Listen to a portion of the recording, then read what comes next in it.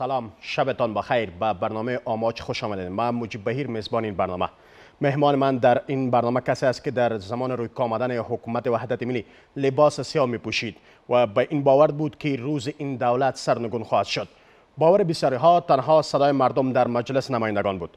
از معدود نمایندگان است که پس از پرفراشی حکومت پیشین و بسته شدن پارلمان هنوز هم در کابل است و با درد و رنج مردم آشناست. مشاهدات از سقوط دولت و همچنان روی کار آمدن حکومت جدید. چرا دولت ها در افغانستان همواره به گونه مشابه سقوط می کند؟ چالش ها و راه حکومت جدید برای رسیدن به مشروعیت جهانی چیست؟ دکتر رمضان بشردوست، عضو پیشین مجلس نمایندگان مهمان من است. دکتر صاحب بسیار زیاد تشکر که فرصت گذاشتین. بگذارید بحث از اینجا آغاز بکنیم که شما چند سال لباس سیاه بر تن میکردین و وقت حکومت گذشته تغییر کرد، حکومت وحدت ملی آمد، شما لباس سیاه را کنار گذاشتین و به لباس سفید آمدین. چرا؟ به نام حق و به یاد فقرا سلام گرم و به تمام شنوندگان و بینندگان شما در داخل و خارج از کشور و یک جان تشکر از اینکه بعد از مدت ها، چون دومین آماج من از برنامه آماج با تلویزیون شما افتخار بخشیدین که من را دعوت کردید و صدای من را میرسانید به مردم افغانستان که تلاش میکنیم صدای مردم باشد. لباس من سفید بود در اوایل با بیرق افغانستان از زمانی مراسم تحلیف آقای اوباما و این هم یک تاریخ داره به خاطری که در آن زمان یک شایعه شد که اوباما در مراسم تحلیفش بعضی سیاسیون افغانستان را دعوت کردن، بعد تکذیب شد. یک شایعه بود. منتها نام سیاسیون که گرفته شده بود اینا به اندازه افتخار میکردن، به اندازه فخر فروشی میکردن که من تعجب کردم. گفتم در کشور ما زمانی بود که در کلتور ما، در فرهنگ ما نزدیکی زیاد با خارجی ها، افتخار کردن به دوستی خارجی ها یک ننگ بود، یک شرم بود، یک عار بود، معمولا پنهان میکردن. اما حالا اینا به رخ مردم میکشند. یعنی اینا از بیرق آمریکا، از غلامی آمریکا یک نوع فخر است برایشان. به خاطر من تصمیم گرفتم که بیرق افغانستان در گردن خود بندازیم. بیرق غریب، کشور فقیر و فقیر از نظر معادن و ثروت و امکانات نی، از نظر نخبگانشان، از نظر عدم دلسوزیشان این بیرق انداختیم و این لباس سفید بود. وقتی که حکومت عین و غین آمد، اینا آقای کیری آمد در یک شب ریاست جمهوری افغانستان را تقسیم کرد، مثل یک نصفش به عبدالله داد، نصفش به اشرف غنی داد که در فرهنگ سیاسی کابلستانی قدیم معمولا این را به عین و غین میگفتن. کسی که دو چشم دارد، یک چشمش طرف راست کش میکنه، یکیش طرف چپ و مستقیم، راه مستقیم نمیبینه. یعنی حکومت گذشته وحدت ملی دو چشم داشت. در واقع مثل هر انسان دو چشم داره، ما هیچ وقت هم راه راست نمیبینه، پیش روی خود نمیبینه، مردم نمیبینه، همیشه کج میبینه. و این را ما با این غین تعبیر کردیم مثل که یک موتر دو تا موتروان داشته باشه، در یک شترینگ دو تا موتروان رانندگی کنه، یک اونم با افکار تضاد، با فرهنگ تضاد، با شخصیت های متضاد، یکیش طرف پیش کش میکرد، یکیش طرف راست، یکیش طرف چپ.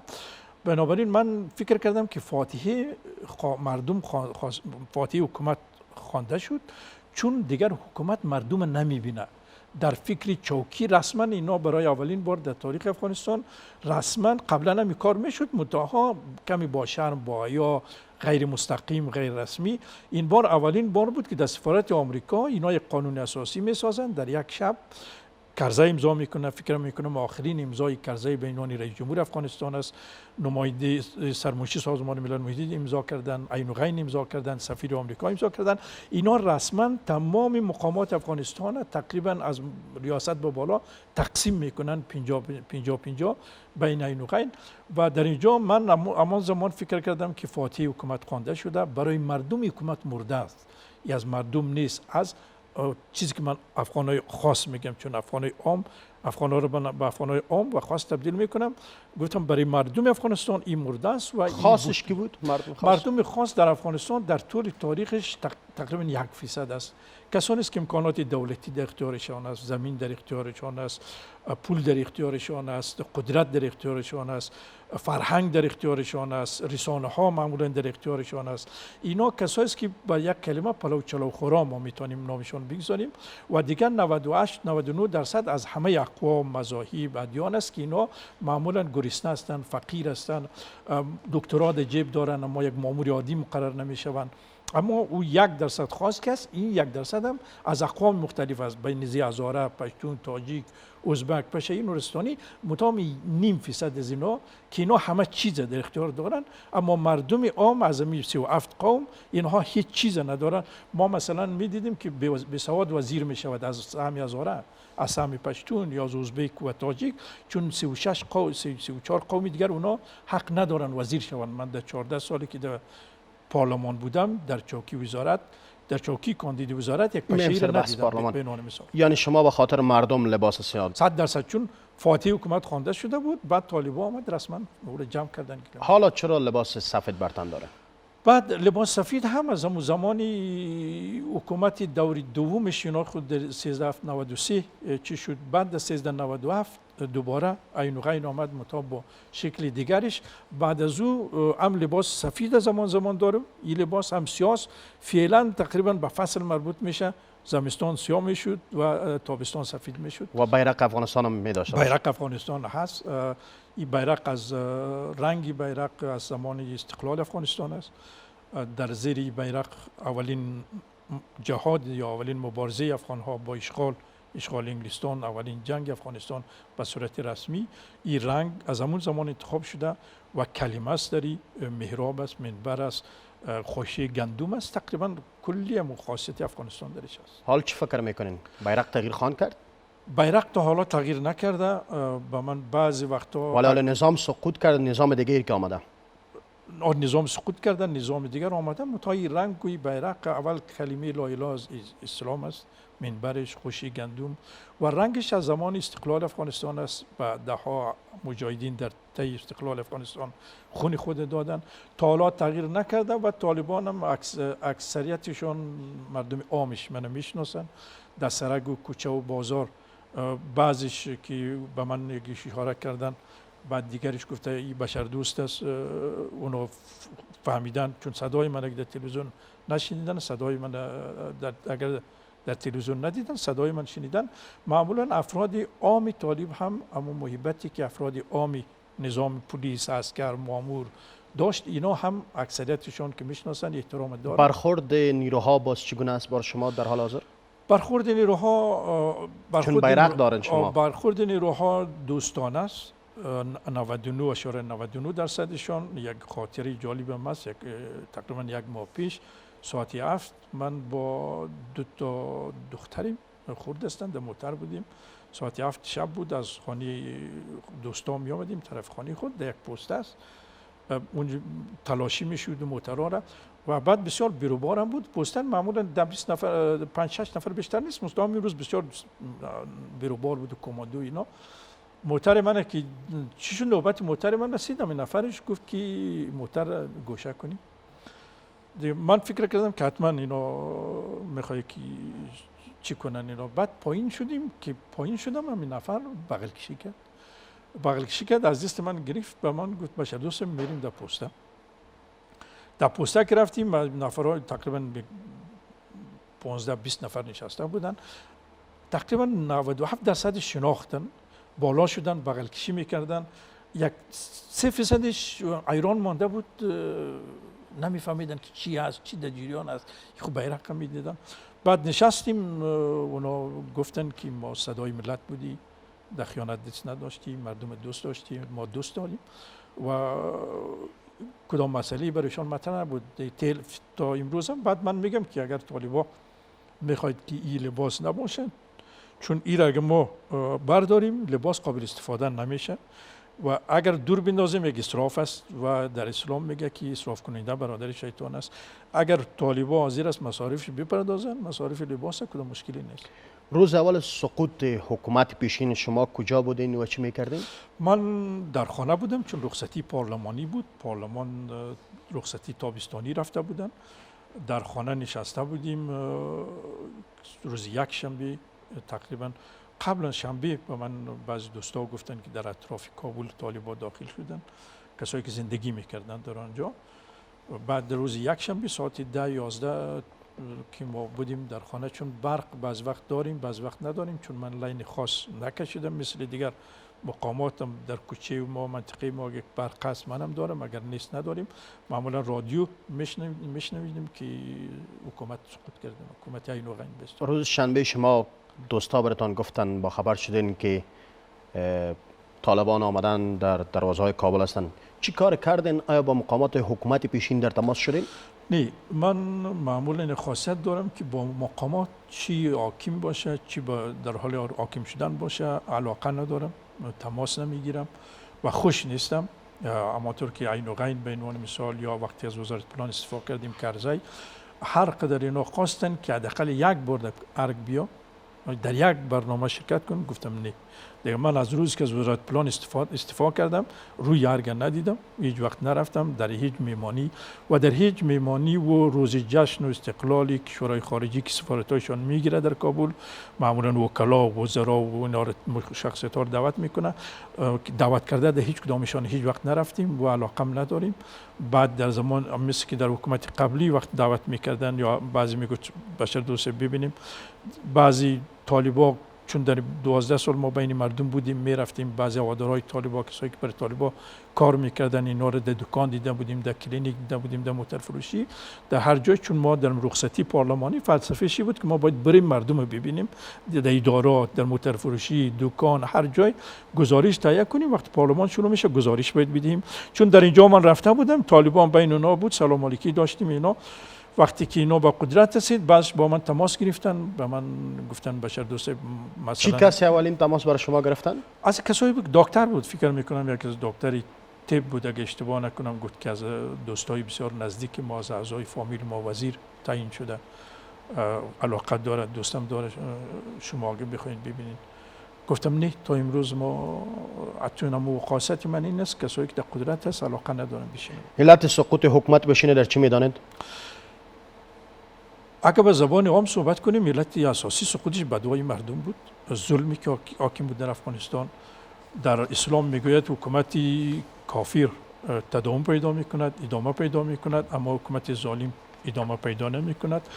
یعنی حکومت پیشین ظالم بود؟ 100% جای تردید نیست. حکومتی که معاش عسکر و پلیس خود نمیداد، 3 ماه به تعویق میداد، حکومتی که عسکری که برای حفظ حکومت، پلیس که برای حفظ حکومت جان خود در میدان جنگ داده بود، شهید شده بود، کشته شده بود و جسدش در حال پوسیدن بود. با من تلفن میکرد در جبهه، با من میگفت بشردوست صاحب همکار ما، همرزم ما کشته شده، شهید شده، فعلا جسدش در حال پوسیدن نیست، هلیکوپتر نمیاد که ایرا منتقل کنه به ولایتش، در حالی که هلیکوپتر برای مقامات، برای تفریحشان، چکرشان و امثال هم 24 ساعت در اختیارشان بودن. و حکومتی که تقاعد 2 سال بعضی نمیداد، ماش معلول معیوب بازماندهای شهید 2 ماه 3 ماه نمیداد و ماش هم بخور نمیر. حکومتی که 5 لک افغانی غین برای خود تعیین کرده بود، 3 لک برای عین تعیین کرده بود و تقریبا 2 لک و چند برای وکلا، 40,000 برای وکلا تعیین کرده بود. شما وکیل بودین؟ دقیقا معلوم 6,000 ماش داشت، اجیرش 5,300 ماش داشت، عسکرش 12,000 ماش داشت، معلول و معیوب بازمانده شهیدش 5,000 ماش داشت. و دمی 12 سال صدا و پیشنهاد من هم همین بود که معاشات بالا پایین بیاد، معاشات پایین بالا برود. متاسفانه در حکومت جدیدم جدول معاشات جدیدی که من در یک از روزنامه خواندم تعیین شده، جدول معاشات نیست که ما از یک حکومت اسلامی انتظار داشته باشیم. یک حکومتی که عمری میگوید، به خاطری که مثلا اگر اشتباه نکنم معاش رئیس الوزراء 1,98,000 افغانی است، معاش یک اجیر 5,000 است یا یک معلم 5,000 است. تا جایی که تاریخ اسلام مطالعه میکنیم از بیت المال تمام مسلمانان هم یکسان دارند. چرا میان مردم و حکومت پیشین فاصله بیشتر شد، حتی عامل ازش شد که حکومت سقوط کرد؟ به خاطر که حکومت از مردم نبود، توسط مردم نبود. ولی همواره تاکید میکنن که با آرای مردم آمدن. همیشه حکومتایی که در افغانستان قدرت گرفتن همیشه گفتن ما به خواست مردم آمدیم، ما با توقع مردم این بود و ما برای مردم کودتا کردیم، برای مردم انقلاب کردیم، برای مردم ما جنگیدیم، جهاد کردیم. اما وقتی کسی که از مردم باشد نمیتواند که مردم گرسنه باشد و این پلو چلو بخورد و کاخ داشته باشد و لانکروزر داشته باشد، از پول بیت المال اینا غصب کند. ما به یک مثالش پارلمان بزنیم، پارلمانی که در تاریخ دنیا شاید ثبت شود که اولین بار در تاریخ پارلمانی دنیا، اولین پارلمان دنیا در افغانستان ایجاد شد که در روز نیم روز کار میکرد، یعنی بعد از اون این جلسه نداشت. به عنوان مثال سر پارلمان بحث میکنیم. خواهش میکنم. دکتر صاحب، چرا فکر میکنین که رئیس جمهور پیشین از فرار کرده از کشور یا کشور را ترک کردن، مقاماتشان ترک کردن، کشور را رفتن و این مردم به این حالت ماندن؟ همواره تاکیدم به این میکردن که در پهلوی مردم هستن و نمیگذارن مردم درد و رنج ببینن. بخصوص وقتی که آدم صحبت‌هایش الان اون زمان خود زیاد توجه نمی‌کردیم، وقتی صحبت‌هایش میشنویم در یک پانتون فکر میکنم میگه که امان الله په ما ډیر ګران و اما هغه وتښتېدل، موږ یوازې پرېښودل، زه نتښتم، دا د ما کور ده، دا د ما ګور ده. یا محیبش میگفت در ننگرهار که موږ حکومت پرېږدو اما په بېغیرتي نه پرېږدو، په زور که کولی شئ واخلئ ونیسئ اما په بېغیرتي موږ نه پرېږدو. یا مثلا خود غین میگفت که این کشور است، در این کشور هستیم. اما متاسفانه اینا منافقت بودن، از روز اول اینا هیچ علاقه‌ای به مردم و کشور نداشتن. فکر میکردن که روز حکومت به این حالت برسان و مردم به این حالت هیچ برسان؟ قابل تصور نبود، به خاطر که هیچ قابل پیش بینی نبود. هیچ قابل پیش بینی به خاطر این نبود که اولین بار است در تاریخ سیاسی نظامی یک ابرقدرت در یک کشور میاد با همکارایش 3 تریلیون دلار مصرف میکنه، 350,000 اردو به قول خودش میسازه و 67 میلیارد دلار، 88 اشاره چند میلیارد دلار اگه اشتباه نکنم نوشته بودن که بالای اردوی افغانستان نیروی امنیتی مصرف شده، که این مصرف نه بالای اردوی پاکستان شده بود، نه ایران شده بود و هیچ کشور منطقه شاید نشده باشد. و این مثل یک خانه ریگی در یک ثانیه میپیچه، از بین میرود، میریزد. در تمام ویدیوهایی که من دیدم یک ویدیو رو من میبینم، یک ویدیو یک عسکر من میبینم که سلاح خود نمیگذارد. او میگوید که من سلاح خود نمیگذارم، من به تروریستا تسلیم نمیشوم و وحشتناک است که قماندانش همکارایش بهش عذرگذاری میکنه که سلاح تسلیم کن، سلاح بدی، اما او میگه نه تا زنده هستم. یعنی در 350,000 اردو که تعداد زیادش خالی بود، دیگه جای تردید نیست، یک نفر پیدا شده بود. فکر میکنن مقامات امنیتی معامله کرده باشن در این مقصر اردو نیست؟ اردو مقصر به خاطر این است که یک عسکر وظیفه‌اش است که از خاکش دفاع کنه. ای که رئیسش چی میگوید، وزیرش چی میگوید، ای که وزیرش خیانت میکنه، دلیل نمیشد که عسکر هم، چون عسکر وظیفه‌اش است که از خاک دفاع کنه. خود دستور داده میشه برش؟ نه، دستوری که خلاف وطنش باشه، خلاف ناموسش باشه. وقتی مثلا خدا نخواسته من رئیس شما هستم، به شما دستور بدم که ناموس خود تسلیم کنین به فلان، در خود قانون هم آمده که وقتی که دستور امر خلاف منافع ملی باشد، خلاف احکام مقدس اسلام باشد، باید عملی نشود. به خاطر است که متاسفانه اردویی که ما ساختیم از اول اردویی بود که بر اساس قانون اساسی ساخته نشد، چون در قانون اساسی مکلفیت بود که باید هر فامیل هر بچه جوان از 18 ساله اگه اشتباه نکنم باید برود. بنابراین اردو سطح پایینش اینها متاسفانه اینها باید اولین گلله بالای همون نفر فیر میکرد که دستور تسلیم شدن به اینا میداد. بعد کسایی که در آنجا در اردو وزیر بودن و معین بودن و جنرال بودن، شما از جگر جنرالام شنیده بودین نه؟ اونا خو هیچ کدامش نه وطن در قصه و قصهش بود، نه دین، نه وظیفه را، در فکر کاخ، قصر، لانکروزر و پلو چلاو و به چوکی که رسیده بودن هم بر اساس لیاقت نرسیده بودن، بیسوادای مطلق بودن، هیچ گونه تخصص نداشتن. بعضیشون خریده بودن، وقتی یک نفر چوکی را بخره او برای مردن و آمادن نیست. یعنی از دید شما در پالای مقامات حکومت پیشین نیروهای امنیتی حکومت پیشین مقصر نیروهای امنیتی پیشین باید تسلیم نمی شدن، باید تا آخرین قطره می جنگیدن. وقتی قماندانش برش گفته بود تسلیم شو، اگر واقعا این عسکر فکر میکرد که اینا پنجابی هستند، اینا تروریست هستند، اینا مزدور پاکستان هستند، اگر به این عقیده بودن وقتی که قماندانش میگفت تسلیم شو باید اولین گلوله را بین دو چشم از او خالی میکردن. اگر اینا به عقیده بودن که به عقیده امکانات احتمالاً او سربازه که باید سر قماندان خود فایر میکرد و امکانات نخواد داشته باشد. جناب دکتر صاحب، یک تفنگ در دستش بود، یک تفنگ در دستش بود، یکیش فایر میکرد شاید راه را باز میکرد به میلیون ها دیگر فایر میکرد. باز اگر یک عقیده داشتن که طالب مزدور نیست، مزدور پنجابی نیست، تروریست نیست، نباید باش میجنگید. بنا اگر عقیده داشتن که ایست، ولو پدرش میگفت که سلاحت به زمین بگذار چی رسد به قماندانش، بخصوص که اینا مطمئن شده بودن که معامله صورت گرفت. یک قانون داریم که سرباز نمیتونه سر قماندان خود بدون اجازه خودش یا توسط یک مقام سرشان فایر کنه.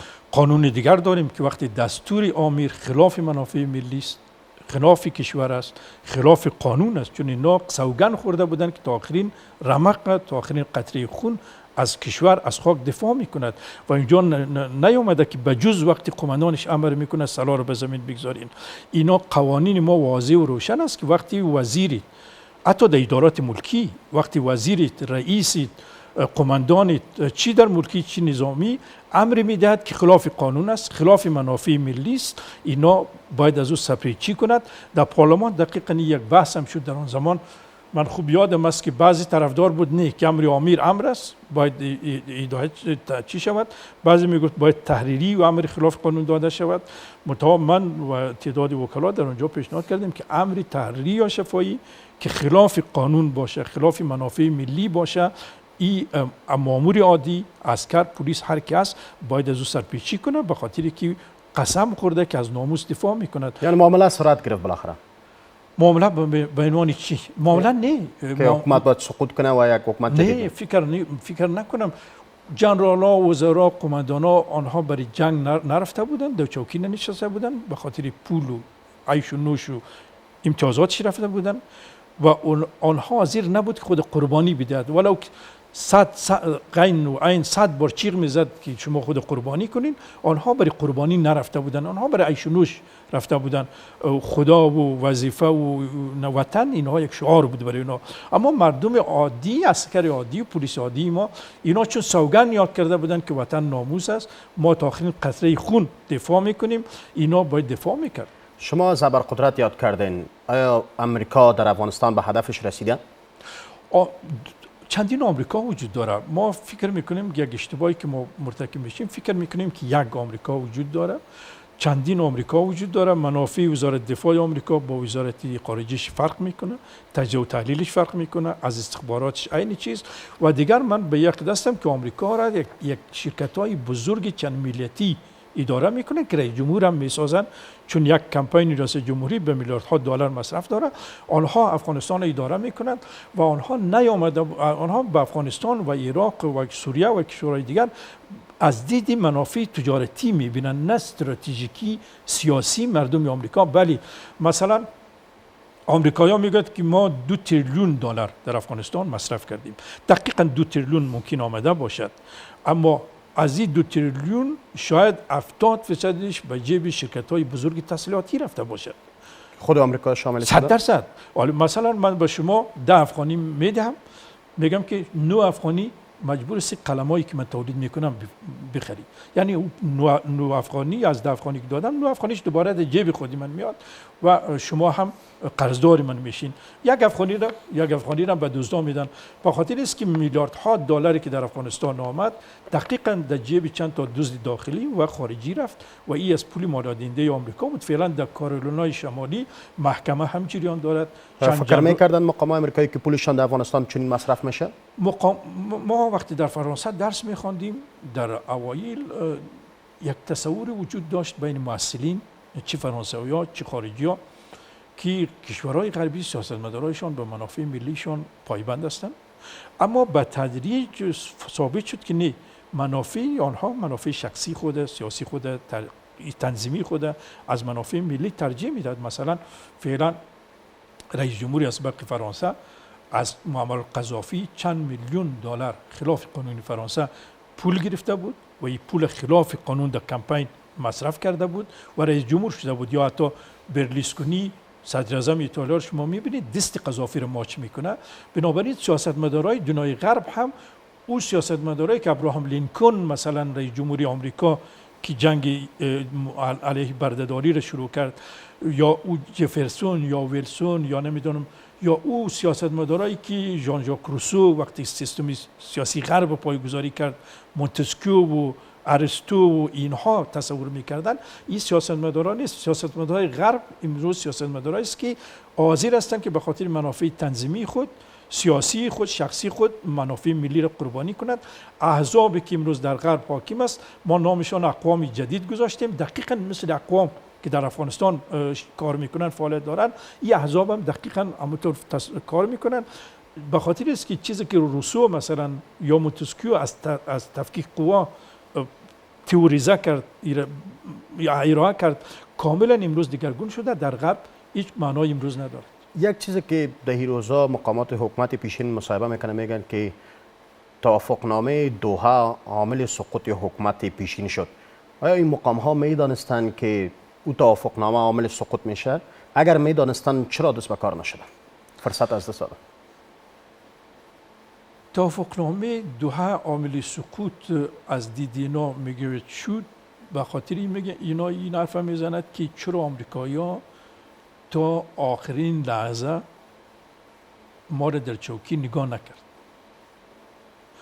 اینا میگوید که آمریکایی‌ها وقتی تصمیم گرفتن که ما میرویم، بنابراین ما سقوط ما حتمی شد. این به این معناست که اینا هیچ ایمانی به اردوی خود نداشت، هیچ ایمانی به خودشان نداشت، هیچ اعتمادی به سیاست خودشان نداشت. یعنی خود هیچ انسان و مرد نمیدانستن که از خود دفاع کنند. چرا یک حکومتی، یک مقامی خود مرد، انسان و خصوص شعار میدادن، گر نمیدانی افغانی هم نمیدان که به میدان آمدی، چیزای اینا شعار میدادن. شما چگونه با 30,000 راپور خود سیگر بود که میگفت که 30,000 یا 70,000 چیز طالباست، شما چگونه با اردوی 350,000 نفری خود در مقابل 70,000 جنگیدن نتونستید؟ اینقدر اینا بی ایمان بودن، اینقدر اینا بی غیرت و بی عزت بودن که میخواستن تا آخرین لحظه و عسکر آمریکایی از چوکی زنا، از منافع زنا دفاع کنن، متا اونا دفاع نکردن و عسکر و اردو هم به خاطر این نمی جنگید. یک مسئله که فراموش نکنیم، من فکر میکنم که من باید اشاره کنم، بسیار چون من با مردم در تماس هستم، ولی موبایل است و ایمیل است و مسنجر است، تقریبا اگر اشتباه نکنم 99-97% اساکیر اردو پلیس هم به ما میگفت بشر دوست چرا خود قربانی کنیم برای این غین. ما اردو میگفت برای شما 100%. مثلا ما از چیش میخود دیدیم، ما در فلان جا چون ما بین مردم می نشستیم تیر میشدیم، مثلا از موتر تیر میشدیم، در یک پست پلیس ترافیک سلام علیکی میداد، اشاره چای میداد، ما تشنه بودیم یا دوست داشتیم استاد میکردیم، میرفتیم پالیش می نشستیم، چای می آوردن، صحبت میشد. من میگفتم خالی چند روز پیش مثلا در کانتیننتال یک چند وقت پیش گفتم یک اینطوری شد. خب از زمین مسیر می موترها عبور کردن، از آسمان خوب موترها نیامد. بعضیش واضح به من میگفت بشر دوست اگه ما ببینیم، نمیگفت که ما دیدیم، میگفت اگه ما ببینیم که در تولبکس هست، ما چشم خودم میبندیم، به خاطر که اگر ما کشته شویم، زن ما بر اکرامیه ما که برود از او تقاضای جنسی میکنه، یا اگر ما کشته شویم این 10,000 12,000 افغانی که ما میبریم که زن و اولاد ما از گرسنگی نمیرد، این امیر کس نمیپردازد، برش تقاعدش نمیپردازد. به من میگه بچه دوست چرا ما خدا به قربانی بدیم برای کسانی که ما اشاره میکنیم، اشاره ترافیک از موتر پایین میشه، دستور میده، محافظینش ما را لطکوب میکنه، میزنه و ما را منفک میکنه. ما فلان وکیل و وزیر یا فلان فقط موترش میخواستیم که تلاشی کنیم چه قانون. شما از مجلس بودین دکتر صاحب و نیروهای حکومت پیشین شما گفتن که همونطور یک چیز برای شما گفتن، چرا شما به مقامات حکومت پیشین نگفتن که دید در جامعه چنین است؟ 100 بار چیغ زدیم، کلی چیغ مایی بود. با کی شما در تماس شدید و این حرف برشان گفتید؟ نه ما هیچ چون شما نماینده مردم بودن در مجلس نمایندگان. ما از مایک به صورت رسمی و تحریر میگفتیم. راپور سیگار، خود سیگار راپور رسمی داده بود که وقتی که افراد کشته میشوند وقتی برای اکرامیشان فامیلشان میروند زنای قشنگشان اینا تکذیب میکردن. ما 100 بار چیغ زدیم که چرا شما به یک عسکری که جان خود در آخرین باری که پارلمان یک منافقت سیاسی کرد، یک اعتصابم کردن، نی گفت ماشای معلم تا اضافه نشه و ما بودجه تصویب نمی کنیم. در همان زمان همون روز اول من گفتم که وکلا برای معاش معلم، مامور، اجیر دلش نمی سوزه. اینا چون پروژه اینا رو اجرا نمی کرد حکومت، در اون زمان برای اون معامله میکردن. حتی روی کاغذ اینا حاضر نشد که معاش عسکر 2000 بالا ببره. سایرن از معلم بالا برده بودن. ما در طور 14 سال صدا میکردیم که چگونه ما از یک عسکر، از یک پلیس بخواهیم که خود قربانی کنه وقتی که او نان خوردن درست نداره، وقتی معاش به وقت داده نمی شود. اگر حرفهای من را گوش میکردن، 5% حرفهای من را، شاید اینا نتانو سقوط نمیکرد که اینا پیروز میشه. اشرف غنی بارها تاکید کرد که خودش به حکومت پیشین امریکا، یعنی رئیس جمهور پیشین ترامپ گفته بود که نیروهای امریکایی باید از افغانستان بره و این دیدگاه را برش خلق کرد. شما میگن که حکومت پیشین تکیه بر نیروهای امریکایی کرده بود؟ یکی از من وقتی که فکر میکنم دستورات اسلام، دستورات بخصوص آیه شریف و قرآن شریف یک معنای خاص در افغانستان پیدا میکنه. در اسلام میگوید که بزرگترین دشمنان شما منافقین است. فاجعه ما در افغانستان این است که ما صادق در حکومت در قدرت نداشتیم. من خود استثنا نمیگیرم، این جمله خود من. کی منافق بود؟ کل ما بدون استثنا. هیچ وقت چیزی که در دل ماست در زبان ما نیست. چیزی که ما عقیده داریم میخوایم عملی کنیم، هیچ وقت او را به مردم نمیگوییم. همیشه میگوییم ما تعصب نداریم، ما مردم دوست داریم، ما وطن دوست هستیم، ما دلسوز هستیم، برای ما اقوام و مذاهب ادیان فرق نمیکنه، ما چوکی خود حاضر هستیم قربانی مردم کنیم. اما کلش باید برعکس بخوانیم، به خاطر که در تاریخ ما کسایی نبوده که واقعا به چیزی که گفته ایمان داشته باشد. ما بخصوص غین ما فراموش نمیکنیم که تحریری مکتوب روان کرده بود برای رئیس جمهوری آمریکا که اگر شما مصارفی عساکر خود داده نمیتونین، ما منبع عایداتی برش پیدا میکنیم. بنابراین یا مثلا در دوران سابق که ما دست ما به حکومت یا کشورهای بیرونی دراز است که با ما همکاری کنه و رئیس جمهور پیشین حکومت افغانستان به امریکا میگه که منبع عایداتی برای نیروهای آمریکایی در افغانستان پیدا میکنه. دقیقاً به خاطر است که شاید میلیاردها دلاری که دزدی شده بود، یا مثلا لابی هایی که در اروپا وجود داشتن، در آمریکا وجود داشتن، بعضی کسایی که طرفدار شاید خودی فابریکای تسلیحاتی آمریکا طرفدار این بوده باشن که بمانه، چون این نیروهای آمریکایی که در افغانستان بود تا زمانی که بودن بزرگترین جشن برای وزارت دفاع آمریکا، برای جنرالایشون، برای نورای با استخباراتشون، برای فابریکای تسلیحاتی بود. بنابراین حتی امروز ما میشنویم که تعدادی از کارملی ها میگوید که اولین بر نظر اخراج شوروی ها توسط کارمل مطرح شده بود. متاسفانه فاجعه ما است که هیچ وقت راست نمیگوییم. یا مثلا غین میبینی که در یک هفته بر یک ماه زمین تا آسمان فرق میکنه. اولین حرفی که ویدیویی که منتشر کرد به خاطر کشته نشه، خونریزی نشه، در نزدیک ارگ، دروازه ارگ رسیده بودن، دیوارهای ارگ رسیده بودن، من میکشتن. بعد از او میگه که من افغانستان ترک کردم به خاطر که مردم کابل کشته نشود، به خاطر که جنگ درگیر نشود. یعنی اینا متاسفانه هیچ وقت راست حقیقت نه باور دارن، نه دارن و نمیگن. حالا یک اتهام هست سرشان که با پول رفتن از افغانستان. دید شما چی است؟ با پول رفتن؟ این فقط خدا میدانه، به خاطر که من متاسفانه علم غیب ندارم. میره سفارت روسیه برای اولین بار مطرح کرد و خود غین میگوید که ما با پول نرفتیم، دیگران میگوید رفتن. خدا میداند واقعتش. انسان در اسلام دروغ گفتن گناه کبیره است و تهمت هم گناه بزرگ است که تلاش میکنیم که تا جای درست. با روی کار آمدن حکومت جدید دروازه پارلمان بسته شد، پارلمان عملا وجود ندارد. دیدگاه شما من حیث نماینده مجلس؟ پارلمانی که به نفع مردم نبود متاسفانه. در اولین پارلمان دنیا بود که نصف روز کار میکرد.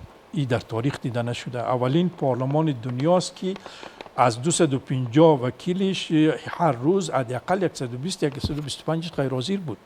اولین پارلمان دنیاست که ماها تصمیم گرفتن نمیشد، به خاطر که ساعت 12 که حساب میکردن تصمیم باید 125 نفر می بود تا تصمیم گرفته میشد نصاب میکردن که 125 نفر نیست 70 نفر است.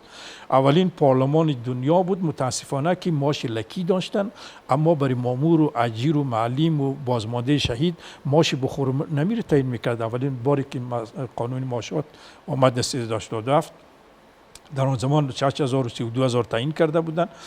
از 1387 تا سقوط پارلمان یک افغانی معاش مامور، معلم، اجیر، کارمند اضافه نشد. اما خود وکلا معاش خود از 50000 در آن زمان به 240,000 به عنوان مثال رسانده بودند. کسایی که بر اینا قربانی داده بود، اینا را چوکی وزارت و وکالت و ریاست جمهوری و رهبری و اینا رسانده بودند، 5000 برش معاش تعیین کرده بود، معلول، بازمانده شهید. و ما چیغ میزدیم، داد میزدیم که خودت آل شکم یک وکیل من بارها استاد شدیم، دست خود روی شکم خود گذاشتیم، گفتم او وکیل صاحب هم شکمی منی وکیل بشردوست با شکمی معلم، مامور، اجیر، عسکر، پلیس چی فرق داره؟ اگر من کباب خوش میاد او هم کباب خوش میاد. اگر من میخوام بچه‌م در مکتب بره تحصیل کنه، قلم و کاغذ و کتابچه داشته باشد و او عسکر و پلیس و مامور و معلم و هم اینا میخواهد. پس چرا شما لکی ماش میگیرین و برای اونا ماش بخور نمیر میدین؟ اینا کاملا ساکت بود. یعنی به نفع مردم نبود در مجموع. نه متاسفانه. شما چرا میدانستین که این پارلمان به نفع مردم نیست و شما هم عضو از ما بودین، چرا از وظیفه تان استعفا نمیدادین؟ استعفا در سال 1393 وقتی که دوریش ختم شد استعفا کردیم. در اون زمان هم موکلین ما به دو دسته دوباره باز آمدن. بله، موکلین ما بعد از 6 ماه موکلین ما به دو دسته تقسیم شد. تعدادی میگفتن بشردوست کار خوب کردی، متا تعداد زیادش میگفتن بشردوست ما آمدیم در دروازه شکایت داریم، ما عریضه داریم، شما کجا هستین؟ چرا نیامدین؟ و یکی قانون پارلمان دقیقاً بر اساسی گذاشته شده در تمام دنیا که اقلیت یک صداست. اقلیت هیچ وقت قانون تصویب نمیتونه، تصمیم خود عملی نمیتونه در هر کشور دنیا. اما در پارلمان افغانستان ما اقلیتی در اقلیت بودیم، یعنی وقتی که ما حتی حرف حق میزدیم ما را میکشیدن. فقط ما یک صدا بودیم برای مردم، یک مایک بودیم و به خاطر می به من رای داده بودن. اونا هیچ وقت فکر نمیکردن که بشردوست خیلی میفهمیدن که به نفع مردم نیستی پارلمان. صدای ما، برنامه ما، پیشنهاد ما به نفع مردم بود. انتقادات ما از یک مایک در اختیار ما بود. در تمام دنیا پارلمان برای افراد مخالف یک مایک است، یک مسئولیت سیاسی داره که هر چیزی که در پارلمان بر اساس وظیفه خود گفته می شود. ما در پارلمان فقط یک صدا بودیم، یک مایک بودیم و یک الگو بودیم. ما به مردم نشان میدادیم که میتونی وکیل باشی، موتر عادی داشته باشی، میتونی وکیل باشی، زندگی عادی داشته باشی، میتونی وکیل باشی، غصب نکنی، چور نکنی، نمبر پلیت خاص نگیری، لان کروزر نداشته باشی، قانونی نمیدونم ترافیک و قانون گمرکات نقض نکنی. فقط ما میخواستیم یک راه جدید، چون عقیده من فعلا هم همین است که مبارزه سیاسی از دید من اولیت دارد تا مبارزه جنگی نظامی، چون من به یقین هستم که هیچ گروه جنگی نمیتواند که بدون امکانات و پول خارجی ها بجنگد و به قدرت برسد. تنها مبارزه سیاسی که پارلمان مسئلهش است. یک حکومت سه قوه می داشته باشد، دو قوه حکومت در حال حاضر هست، قوه مقننه وجود ندارد، سرنوشتش چی میشه به نظر شما؟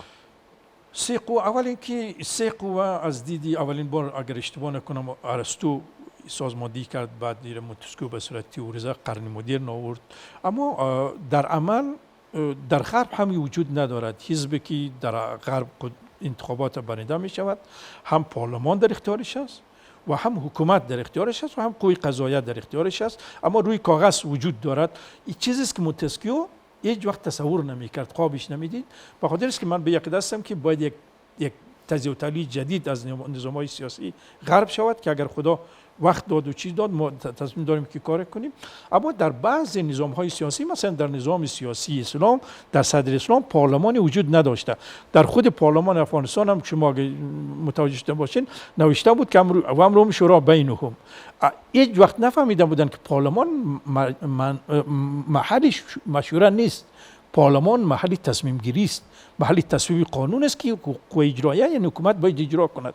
حتی تا امروز شما از وکلای 4-3 دوره اگر پرسان کنید، متاسفانه وظیفه خود درست اینا تشخیص دادن نتونستن. میگه ما وظیفه داریم که قانون تصویب کنیم، درست است، نظارت کنیم بر اعمال حکومت، درست است، و نمایندگی از مردم کنیم. اینا هنوز نفهمیدن که در این نظارت خود بر اعمال حکومت نمایندگی از مردم میکنی، نه از یک قوم، نه از منافع شخصی، نه از تنظیم خود. یا قانونی که تصمیم میکنید شما به نفع مردم قانون تصمیم میکنید، نه به نفع خود به نمایندگی از مردم میکنید. بنابراین پارلمان در صدر اسلام وجود نداشته. حالا ما در خلای قانونی هستیم، پارلمانی که وجود فعلا نداشته. قانونی وجود نداره. فعلا قانون یک حکومتی است که بر اساس قدرت، بر اساس زور، بر اساس جنگ، بر اساس جهاد به قول خودشان حکومت گرفته و نظام قبلی را سرنگون کردن، از بین بردن. اما چون از نظر حقوق علوم سیاسی دولت تداوم پیدا میکند، حکومت ها می رود، یعنی حکومت فعلی افغانستان از نظر حقوق بین المللی حتی مجبور است که امضای ترکی را هم مراعات کند تا زمانی که او لغو نشده باشد. درست. یا حکومت کرزی و عینوغین مجبور بود که امضای ملا محمد عمر را هم عملی کند، مراعات کند تا زمانی که او را قانونا لغو نکرده باشد. درست. بنابراین از نظر قانونی فعلا حکومت قبلی وجود ندارد. نیاز است ما پارلمان داشته باشیم که در گذشته داشتیم، در آینده ما مانند از ما داشته باشیم؟ نه، به هیچ صورت. ما چگونه باید داشته باشیم؟ اول اینکه وقتی که بخصوص روسو در قرارداد اجتماعی که بنیادگذار سیستم سیاسی غرب و بخصوص انتخابات است، وقتی روسو این را تئوریزه کرد، گفت که مردم بر اساس عقل و فکر و منافع خود رای میدهند به یک فرد و این را در پارلمان به اصطلاح روان میکنند. اما روسو هیچ وقت تصور نمیکرد که یک کشوری پیدا می شود به نام افغانستان که کاندیدش هیچ وقت برنامه نداره و کاندیدش رای میخره، علنی میخره و هیچ وقت روسو تصور نمیکرد که مردمی در دنیا باشد که در انتخابات شرکت کند که برای یک چاشت پلاو رای میدهد، برای 1000 افغانی رای میدهد، یا بر اساس قوم رای میدهد، یا بر اساس مذهب و ملیت و زبان و تنظیم رای میدهد. انتخابات سیستم و فلسفهش است که افراد شهروند خود فکر میکند و رأی که میدهد بر اساس تشخیص منافع ملی و شخصی خود رأی میدهد. و اما این در افغانستان متاسفانه هیچ وقت نبود. تا زمان ظاهر شاه دموکراسی، دوره دهه دموکراسی که میگوید وقت ما مطالعه میکنیم، بررسی میکنیم، هیچ وقت انتخابات برای رهبرای افغانستان، زمامداران افغانستان، چی در حکومت بودن چی نبودن، رأی مردم یک پشه ارزش نداره. نیاز است پارلمان داشته باشیم در آینده؟ مربوط به است که چی نوع حکومت داریم ما، چی نوع سیستم داریم ما. پارلمان در دنیای غرب و در کشورهای اسلامی امروز روی کاغذ وجود دارد اما واقعیت با موجودیت ندارد. درست. ما اول باید سیستم سیاسی خود انتخاب کنیم که چه نوع سیستم میتونیم داشته باشیم، بعد بر اساس همون سیستم ما باید یک نظامی داشته باشیم. و یک از فاجعه قانون اساسی 1382 افغانستانی بود که من بارها گفتم اونا شکر و نمک یک جای کردن، از نظام پارلمانی یک ماده گرفتن، از نظام ریاستی ماده دیگر گرفتن، در حالی که متوجه نشدن که دو هم دیگر خنثی میکنه، به جایی که مشکل حل کنه مشکل زا میشود. اینو چند ماه از حکومت جدید افغانستان میگذره که حاکم است، تا اکنون چگونه ارزیابی میکنین کار کردش؟ ناکام مطلق در بخش اقتصادی متاسفانه و نسبتاً خوب است در بخش امنیتی، چون امنیت فعلا هست، چون قبلا اینا می جنگید.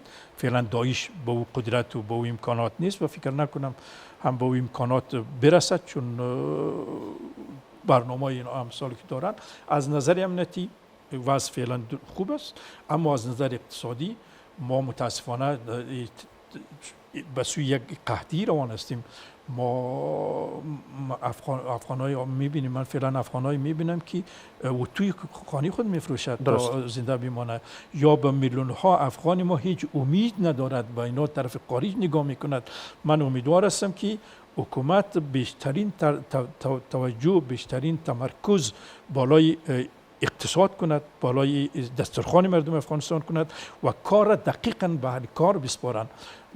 من به یک دستم در افغانستان متاسفانه این رسم بوده که هر کس قدرت گرفته یا از قوم خود آورده، یا از فامیل خود، یا از تنظیم خود، یا از اونها. متاسفانه کابینه همه شمول است؟ تعریف شما از همه شمول چی است؟ همه شمول من باز تقسیم میکنم مردم عام، مردم خاص. مردم خاص میگوید که کابینه باید از اقوام باشد. اقوامش همونطور که خارجی ها اعلان کردن 4 قوم است: هزاره است، پشتون، تاجیک، ازبک. هیچ خارجی و هیچ افغان نخبه این 33 قوم دیگر یا 34 قوم دیگر نمیبینه.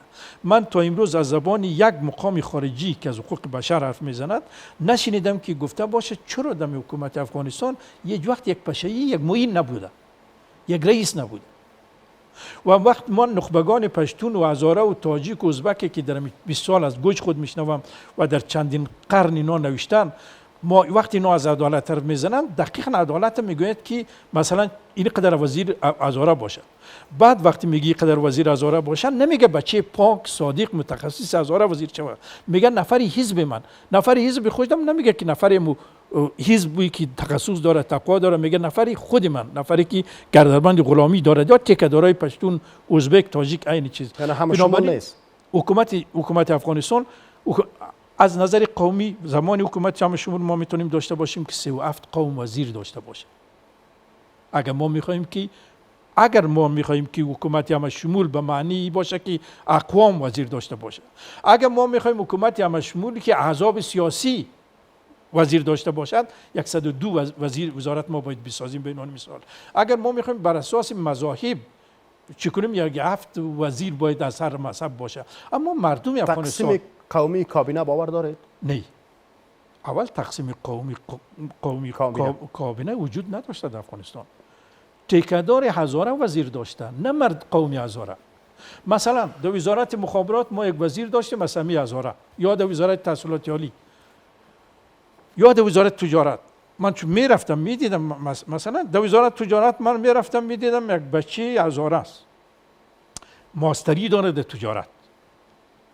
در دفتر نشستیم یک مامور عادی چای میخوریم صحبت میکنیم، چی داری؟ تحصیل ماستری در کدام بخش؟ تجارت.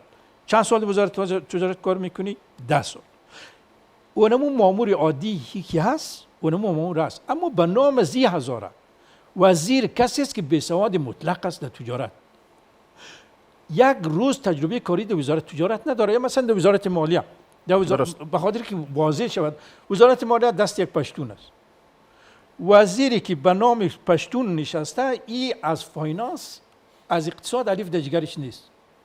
یک روزم در وزارت مالیه کار نکرده. اما من وقتی میرم میبینم بچه پشتون در وزارت مالیه است که در فاینانس ماستری داره و 15 سال 10 سال در این وزارت کار کرده. یک مامور عادی است اما او هیچ وقت وزیر نمیشود. بنابراین هیچ وقت حکومت اقوام وجود نداشته. اگر وزرای تاجیک می بودن، وزرای هزاره می بودن، ازبک می بودن، پشتون، حداقل اینا برای اقوام خود کار میکردن. ولی حداقل می 4 قوم سر می بود. اینا افرادی است که خائن به ملت خود، خائن به قوم خود بودن. متاسفانه به نام قوم حکومت میکردن. مردم افغانستان عقیده من بر این است. مثلا من وقتی در وزارت پلان رفتم، وقتی که من استعفا کردم، خدا شاهد است که تمام اقوامی که اینجا بود گریه میکردن، تلویزیون نشان میداد. اینا در فکری نیست که وزیری مثلا انرژی و آب ای از کدام قوم است. مردم افغانستان میگه هر کسی که وزیر باشد خانه من از تارکی برایم. شما با مقام های حکومت کنونی در تماس هستید؟ نه، هیچ گونه تماس ندارم. اگر برای شما پیشنهاد وظیفه شد؟ نه، ما رد کردیم، رد میکنیم. قبلا هم در حاضر نیستیم در حکومت کار کنیم؟ نه، حاضر نیستیم، به خاطر که شرایط کار به چیزی که من میخوام، کاری که من میخوام، همونطور که در وزارت پلان ما شروع کردیم، 9 ماه حکومتی قبلی تحمل نتونست. و چیزی که من میخوام او یک حکومتی میتونه او کار انجام بده که با مردم و از طریق مردم با رأی حداقل اکثریت مردم داخل ارگ شده باشد و استقلال کامل داشته باشد و هیچ وزیرش لانکروزر سوار نشود. هیچ وزیرش لانکروزر سوار نشود، هیچ وزیرش در کاخ زندگی نکند، هیچ وزیرش معاش خود بالاتر از معاش معلم تعیین نکند. تمام اقوام، مذاهب، ادیان، جنسیت ها، سن و سال، اینا را کلش اعضای یک فامیل خود بداند. وقتی که مثلا بچه خودش تشنه است، گریسنه است یا مریض است، خود با آتش میزند تا مثلا یک لقمه نان پیدا کند. اما امی تصور باید درباره یک بچه و دختر دیگه کشورم داشته باشد که او هم بچه و دختری است و این مسئولیت دارد که وقتی مریض است امکانات تداوی او باید در اختیارش باشد. فکر می‌کنید در آینده ما انتخابات داشته باشیم و انتقال قدرت از آرای مردم باشه؟ در افغانستان پیش بینی هیچ وقت ممکن نبوده، نیست، چون افغانستان تقریبا تنها کشوری است که چیز بر اساس منطق، بر اساس عقل، بر اساس تجزیه و تحلیل، بر اساس منافع ملی پیش نمی رود. در تاریخ که ما بخوانیم، شب در یک ثانیه روز شده، روز در یک ثانیه شب شده، چون هیچ چیز بر اساس منطق، عقل، تجزیه و تحلیل علمی، اخبار، معلومات و منافع ملی پیش نمی رود. به خاطر این است که یک ثانیه افغانستان قابل پیش بینی نیست که چی ما میشه. در کابینه در حال حاضر یک زن نداریم و در شمار از ولایت‌ها مکتب‌ها تا هنوز برای دختران بسته است. چه فکر می‌کنید این کار درست است؟ من اولی که در وزارت پلان وقتی رفتیم از 2 تا معین، یکی مرد بود یکی زن، در 12 تا ریاست اگر اشتباه نکنم نصف زن بود نصفش مرد، اما هیچ کدامش بر اساسی که زن بود ما او رو نگرفته بودیم، بر اساسی که رئیس مرد بود رئیس مقرر نکرده بودیم، بر اساس سوانحشان، بر اساس تخصصشان، تقوایشان، تجربهشان. بنابراین حرفی که من میزنم از دید من و شاید دید مردم افغانستان مردم عام باشد، نه تمام وزرای ما هندوی ما باشد اما برای ملت خدمت کنند. نیاز است ما زن در کابینه داشته باشیم؟ نه نیاز است که ما زن فیشنی نداشته باشیم، زن فنی بله 100%. نیاز است که ما مرد استایلی نداشته باشیم، مرد کاری داشته باشیم. درست. نیاز است که ما هزاره بیسواد وزیر نداشته باشیم، هزاره متخصص و متقی داشته باشیم، یا پشه‌ای یا نورستانی یا می 37 قومی که وجود دارد. اما من فکر میکنم قضاوت مردم افغانستان بر اساس قوم و جنس نیست. ما در پارلمان 68 زن داشتیم، هیچ پارلمان دنیا 68 زن نداشت. ما همونطور که مردای ما در پارلمان بیکاره و بیهوده و بی‌ارزه بود، خانم‌ها هم بود. بنابراین معیار قوم، مذهب، جنس، جنسیت، سن، سال نباید در نظر گرفته شود. تخصص، تقوا، تجربه، تعهد، دلسوزی و تندرستی خدا کنه تمام کابینه افغانستان زن باشد. تمام کابینه، اما بر اساس این معیارها. حال یک مسئله مشروعیت جهانی است برای حکومت جدید افغانستان. چی فکر میکنین؟ جهان حکومت جدید افغانستان به رسمیت خواهند شناخت؟ در حال حاضر خطای سرخ کش میشه، حقوق بانوان، حقوق شهروندان، حکومت فراگیر این باید عملی شود. جهان هیچ وقت در قصه زن افغانستان نبوده، مرد افغانستان نبوده، حقوق بشرش نبوده و نیست. چرا باید باشه؟ آمریکا که خود قهرمانی حقوق بشر میداند، آیا شما باور میکنید که فعلا در آمریکا مردمان اصیل آمریکا در زندان هستند، در اردوگاه زندگی میکنند؟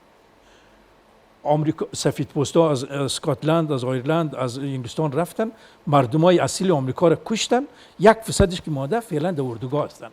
اینا منافع خود میبینن. این که میلیون‌ها نفر حقوق ضایع شود، زن ضایع شود، برایشان مهم نیست. وقتی منافع آمریکا یا اروپا یا فرانسه، آلمان، پاکستان، چین، روسیه، هر کشور دیگر منافعش تقاضا کنه، او همون لحظه بر اساس منافع خود تصمیم میگیره، ولو 30 میلیون افغان قربانی شوه، برایش مهم نیست.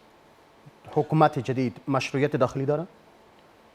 نه، زمان مشروعیت یک حکومت میتونه داشته باشه از دید من که مردم داخل ارگ کرده باشن، حداقل 50 جمع 1. هر حکومتی که به زور آمده میگوید که ما مشروعیت داریم. حکومت کرزی هم مشروعیت نداشت به خاطری که رأی مردم نبود، بر اساس تقلب آمده بود. عین و غین خب به هیچ صورت، به خاطری که انتخابات نبود. انتخابات شوخی نیست، انتخابات مسخره نیست، انتخابات خرید رأی نیست، انتخابات پلوچلو دادن نیست، انتخابات برنامه است، کمپین است، بین مردم رفتن است، مردم قانع کنه که من اینی برنامه‌ام خوب است که کشور زالت میکشه.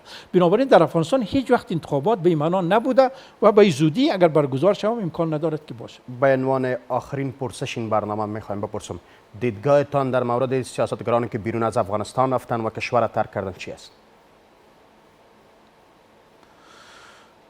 ارزش یک جمله را شاید نداشته باشن که دربارشان گفته شود. فکر میکنین دوباره مردم سرشان باور بکنن؟